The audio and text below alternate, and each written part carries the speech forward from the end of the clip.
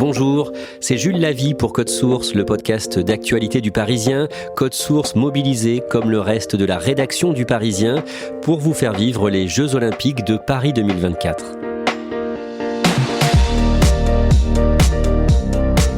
Un Toulousain de 22 ans, Léon Marchand, nouveau champion olympique du 400 mètres 4 nages. Léon Marchand, qui s'entraîne aux États-Unis, était le grand favori de la discipline et il a survolé la finale. 10 secondes d'avance sur ses poursuivants, il a battu le record olympique de la légende américaine de la natation, Michael Phelps. Qui est Léon Marchand ? Comment a-t-il pu gagner avec autant d'écart sur la concurrence ? Réponse aujourd'hui dans Code Source avec Éric Brunat, journaliste au service des sports. Il suit le nageur depuis des années pour le Parisien.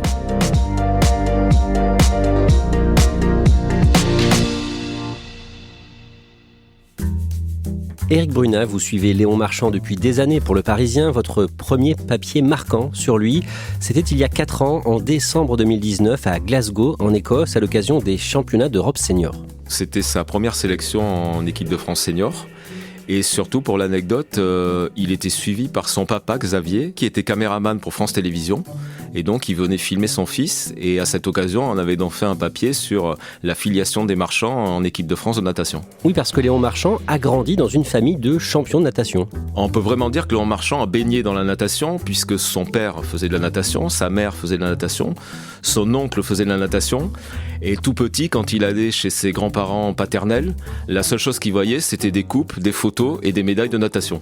Son père, Xavier, a fait les Jeux 2 fois, à Atlanta en 1996 et à Sydney en l'an 2000, et sa mère, Céline, a participé aux Jeux de Barcelone en 1992. Léon Marchand a commencé la natation en club à 7 ans. Lui, au départ, il est plutôt pudique et réservé. Oui, il est pudique, réservé, il se met pas beaucoup en avant, il aime beaucoup le contact avec l'eau, mais son principal souci quand il était petit, c'est qu'il a trouvé un peu froide. Ce qui veut dire qu'il a passé quelque temps à ne plus vouloir faire de natation jusqu'à ce qu'il trouve une éducatrice patiente qui le ramène à l'eau et qui lui fasse vraiment aimer l'eau. Physiquement, il n'a pas un corps exceptionnel, en tout cas pas autant que d'autres stars de la natation. Oui, après, voilà, ça dépend ce qu'on entend par exceptionnel. Et si on entend par surdimensionné, effectivement, il n'a pas le corps, par exemple, d'un Florent Manodou. Dans Florent Manodou, qui mesure presque 2 mètres, Léon Marchand, lui, mesure 1m87. Et par rapport aussi aux disciplines qu'il pratique, il n'a pas besoin d'avoir un corps très musclé, très développé pour amener beaucoup de puissance, parce qu'il lui faut aussi de l'agilité. Mais c'est vrai que ce corps un peu gringalé l'a gêné quand il était plus jeune, notamment à l'adolescence, parce que forcément, il se comparait à ses camarades de club ou à ses adversaires en compétition, et il se trouvait un peu flué par rapport à eux. Léon Marchand s'est formé au club de Toulouse, les Dauphins du TOEC, où il brille très jeune. Il intègre le Pôle Espoir en 2017, à 15 ans. Mais début 2020, Éric Brunat, il est à 2 doigts d'arrêter la natation. En effet, il est à 2 doigts d'arrêter la natation. En août 2019, il remporte sa première médaille internationale au championnat du monde junior à Budapest. C'est une médaille de bronze sur 400 mètres 4 nages. Et donc, c'est un peu le début de son éclosion. À ce moment-là, il va commencer à se mettre beaucoup de pression sur lui-même. Il va commencer à avoir la peur de décevoir les autres, de décevoir sa famille et commencer à nager pour de mauvaises raisons. Le mal va s'installer. Au fil des mois, il va ruminer. Et début 2020, heureusement pour lui, je dis heureusement, le Covid va intervenir et va lui permettre pendant cette période de se recentrer sur lui, de retrouver sa famille, de retrouver son frère Oscar avec qui il a un lien très particulier, de profiter et de s'éloigner un peu de la natation. Et à cette période, il va également décider d'entreprendre un travail sur lui-même. Il va faire appel à un préparateur mental. Ce coach mental est un habitué, notamment du milieu de la natation. Bon, il a travaillé avec beaucoup de sportifs. Il s'appelle Thomas Samut. Il travaille par exemple avec Florent Manodou, quasiment tous les nageurs du cercle des nageurs de Marseille, avec des équipes de foot. Il a un large éventail de sportifs parmi les gens qu'il conseille. Avant, j'avais un peu peur de... Je me sentais pas légitime si je ramenais pas de médaille en fait. Et du coup, c'est une mauvaise énergie, c'est une mauvaise source d'énergie. Il faut ramener une médaille. Et ça marche pas comme ça. Et je pense qu'avec Thomas, on a ouvert des portes et ça nous a permis vraiment de nous redécouvrir déjà et de savoir comment je fonctionne.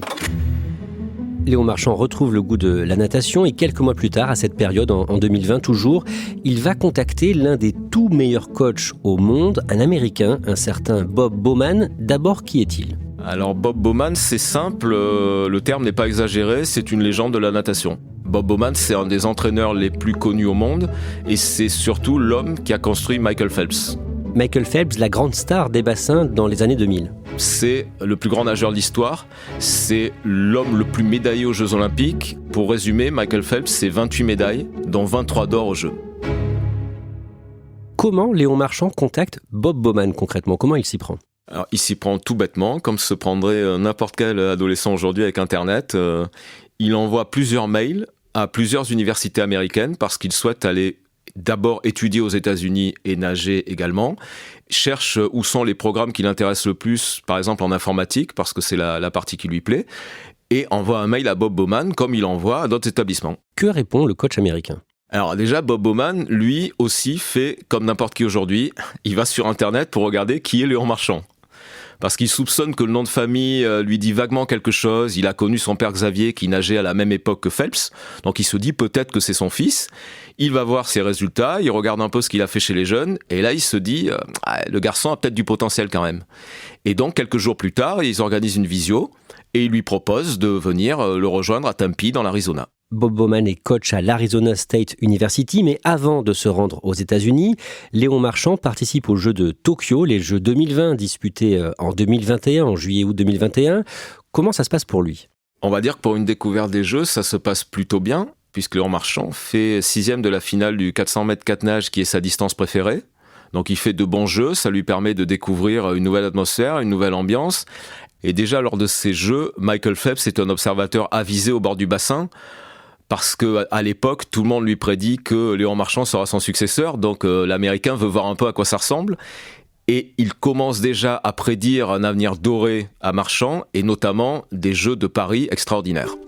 Après les Jeux de Tokyo, Léon Marchand s'installe quelques semaines plus tard à la rentrée à Tempe, dans la banlieue de Phoenix, à l'Arizona State University. Éric Brunat, quelle est sa nouvelle vie et comment est-ce qu'il s'entraîne? Il mène simplement la vie d'un étudiant américain sur un campus. Donc, comme on peut l'imaginer, un grand campus, des études une grande partie de la journée. Et le matin, avant d'aller étudier, piscine. Le soir, après les études, piscine. Et entre-temps, un peu de musculation. Donc, une vie bien rythmée, mais une vie qui lui permet de garder les pieds sur terre en ayant le contact à la fois avec le sport, mais avec les études. Et Bob Bowman, il est comment comme entraîneur? C'est quoi sa spécificité?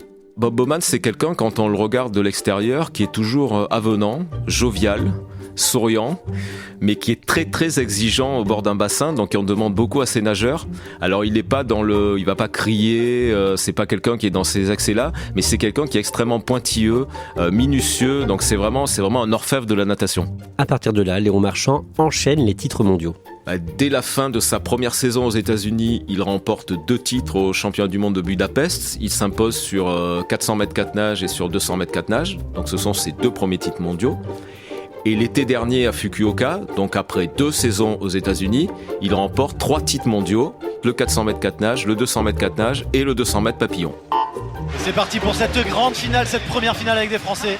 Une très belle coulée de Léon. Et ce n'est pas tout, parce qu'à Fukuoka, il va battre le dernier record du monde encore possédé par Michael Phelps, qui est le record du monde du 400 mètres 4 nages. Et là ça continue, mais c'est énorme ce qu'il est en train de faire.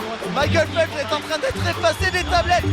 Mais c'est fou cette avance, il va le battre ce record du monde, Léon Marchand. Il est bien parti avec cette avance. Mais c'est stratosphérique ce qu'est en train de faire Léon Marchand. Alors là il n'y a plus aucun le record du monde est derrière ses pieds. Léon Marchand est en train d'aller chercher l'or. Et le record du monde. C'est la meilleure performance de tous les temps.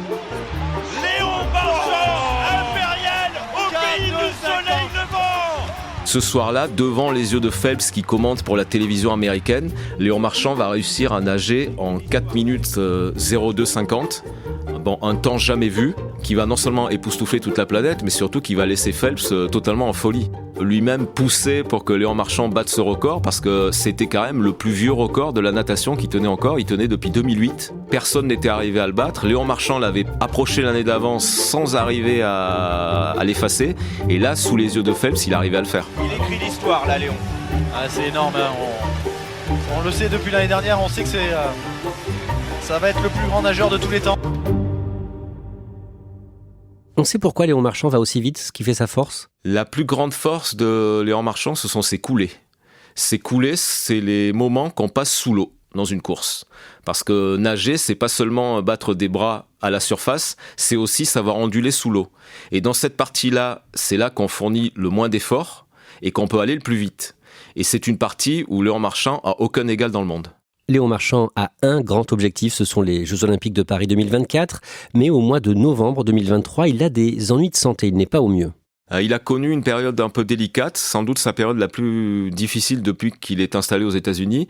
Il a souffert d'une gêne au sinus, donc il a handicapé quelques semaines. Son origine venait d'un problème dentaire, donc il s'est fait opérer des dents de sagesse pour enlever toute douleur, et ça l'a empêché de s'entraîner et de disputer quelques compétitions à l'automne, ce qui aurait pu retarder sa préparation pour les Jeux. Cette année 2024, fin mars, Eric Brunat, vous allez aux États-Unis, à Indianapolis pour le Parisien, pour les finales des championnats universitaires. Il y a tous les sports, le basket, la natation. Normalement, l'événement est surnommé la March Madness, la folie de Mars, mais ce surnom est détourné en Marchand Madness et le français s'illustre à nouveau. Il faut savoir que les finales NCAA regroupent tous les meilleurs universitaires américains. Et ces 2 dernières années, il y a eu l'ensemble des universitaires d'un côté et Léon Marchand de l'autre. J'avais déjà eu la chance en 2022 de me rendre à Minneapolis. J'étais le seul journaliste français à Minneapolis à l'époque pour suivre les finales NCAA. Et Léon Marchand avait déjà marché sur l'eau. Et cette saison, il a réussi, à marcher encore plus vite ou plus fort, on ne sait pas, et à permettre à son équipe d'Arizona State University de remporter son premier titre universitaire de l'histoire. Quelques jours après cette victoire, Léon Marchand connaît un changement brutal dans sa vie. Le changement est brutal parce que la célébration est de courte durée. 2 jours après son titre universitaire, on est le 1er avril, ça ne s'invente pas et ça n'a rien d'une blague. Bob Bowman le convoque dans son bureau le matin et lui apprend qu'il va quitter Tempe parce qu'il a accepté un contrat pour aller entraîner à Austin. Qu'est-ce que ça veut dire pour Léon Marchand ? Ça veut dire qu'il faut immédiatement qu'il choisisse entre rester dans l'établissement où il est ou suivre son coach. Mais c'est pas une décision qu'on réfléchit pendant 6 mois, il faut immédiatement se décider. Donc dans la minute, Léon Marchand dit à Bob Bowman « Aucun souci, je te suis ». Mais ça veut dire vendre immédiatement sa voiture, quitter son appartement, faire ses valises et du jour au lendemain, sans même dire au revoir à ses camarades, partir dans un autre état pour se préparer pour les Jeux. Eric Brunat, du 16 au 21 juin, vous rencontrez à nouveau Léon Marchand au championnat de France de natation à Chartres. Là, on est à 1 mois des Jeux, ça se précise pour lui. On est à 1 mois des Jeux et pour tous les nageurs, c'est ce qu'on appelle un coup près. C'est-à-dire c'est le moment où il faut réussir les temps de qualification qui vont permettre ensuite de poursuivre un rêve olympique. Pour Léon Marchand, la problématique est un peu différente parce qu'il a tellement de marge par rapport à la concurrence en France que son seul souci est de réussir les temps minimum demandés sur chacune de ces distances. Donc il ne va pas forcément briller, il souffre encore un peu du décalage horaire par rapport aux États-Unis, d'un stage en altitude. Donc il va entre guillemets se contenter de faire ce qu'il est venu faire, c'est-à-dire se qualifier sur ces 4 distances au jeu, le 400 mètres 4 nages, le 200 mètres 4 nages, le 200 mètres papillon et le 200 mètres brasse. Et là, il peut mesurer aussi sa nouvelle notoriété en France. Il l'avait déjà mesuré en 2023 lorsqu'il était revenu au championnat de France de Rennes et il l'avait très mal supporté. Il n'a pas un caractère extraverti, il est plutôt timide et il avait beaucoup de mal à se faire à tous les gens qui venaient lui demander des selfies, des autographes, qui le sollicitaient, qui lui prenaient beaucoup d'énergie. Mais là aussi, il a mûri aux États-Unis et surtout aux États-Unis, il profite d'un calme total parce qu'il est loin de toutes les sollicitations. Et cette année, il est revenu avec un état d'esprit un peu différent, en voulant un peu plus s'ouvrir, un peu plus profiter et c'est une voie dans laquelle il a envie de s'engager. Léon Marchand a en tête une phrase du quintuple champion olympique australien, Ian Thorpe. Il y a beaucoup d'attentes de l'extérieur. Si vous regardez ça de manière négative, c'est de la pression. Si vous le regardez de façon positive, c'est du soutien. Cette phrase, l'entraîneur Bob Bowman l'a répétée à Michael Phelps et aujourd'hui, il la répète à Léon Marchand. Eric Brunat, comment est-ce qu'il gère sa communication ? Est-ce qu'il a engagé un ou une professionnelle pour s'occuper des médias ou des réseaux ? Il a plutôt choisi une gestion artisanale. C'est-à-dire que sa mère est à la tête de sa société, son père gère le côté média, une avocate s'occupe de négocier ses contrats, mais c'est une amie de la famille. Donc il est resté dans un cercle proche, parce que ce sont des gens de confiance.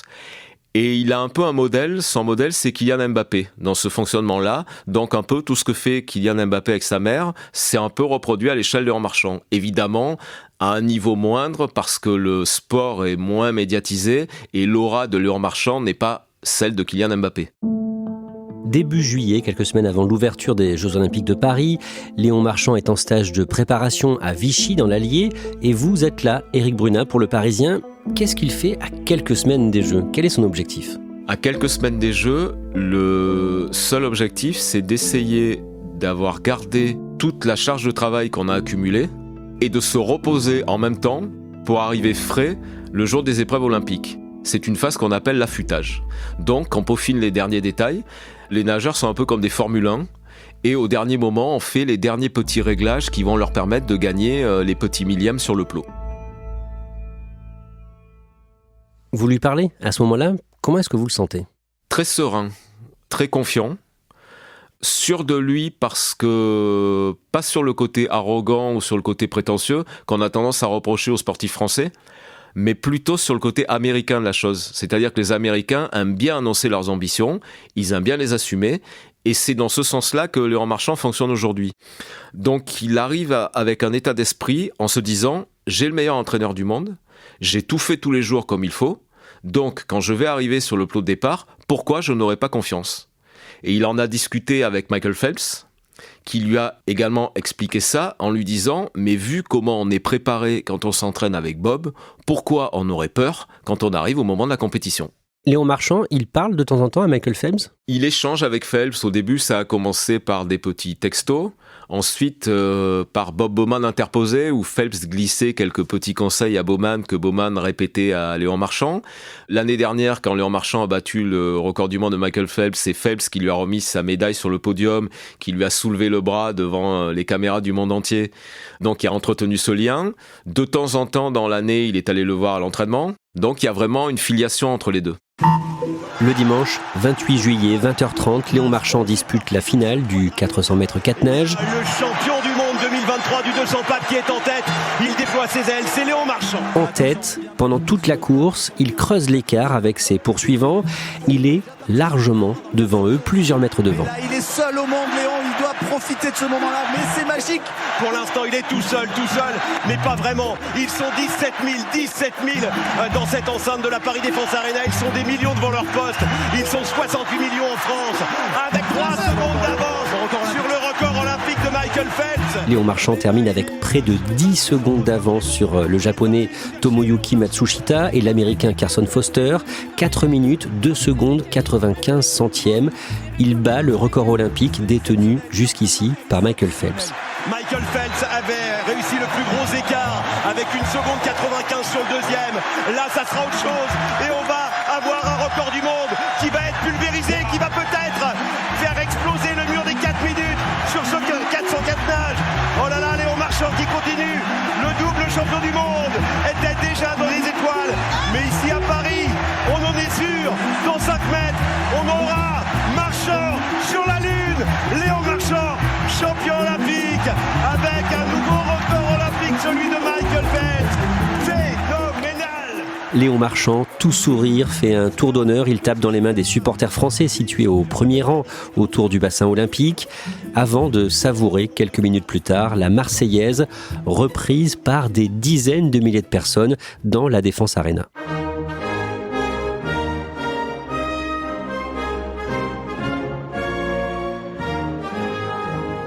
Éric Brunat, on n'a pas fini de parler de Léon Marchand pendant ces Jeux. Il va chercher à multiplier les médailles d'or ? Ah, évidemment, il n'a pas envie de s'arrêter sur une seule médaille d'or, surtout maintenant qu'il y a goûté et que ça l'a libéré. Parce que son épreuve à la base, c'est le 404 nages, et maintenant que le pari est réussi, tout ce qui arrivera derrière ne sera que du bonus. Donc il va évidemment vouloir s'aligner sur 200 mètres papillon, 200 mètres brosse et ensuite le 204 nages pour devenir peut-être le plus grand athlète français des Jeux sur une seule édition. C'était incroyable. Très difficile de décrire ce moment pour moi. C'était un rêve depuis tout petit de faire une finale olympique. D'être champion olympique aussi, et là je le fais à la maison devant toutes ces personnes, c'était dingue. J'essaie d'écouter ce qui se passait et prendre l'énergie du public. Mais ouais, c'était top. J'ai hâte de faire ma nouvelle course dans 2 jours.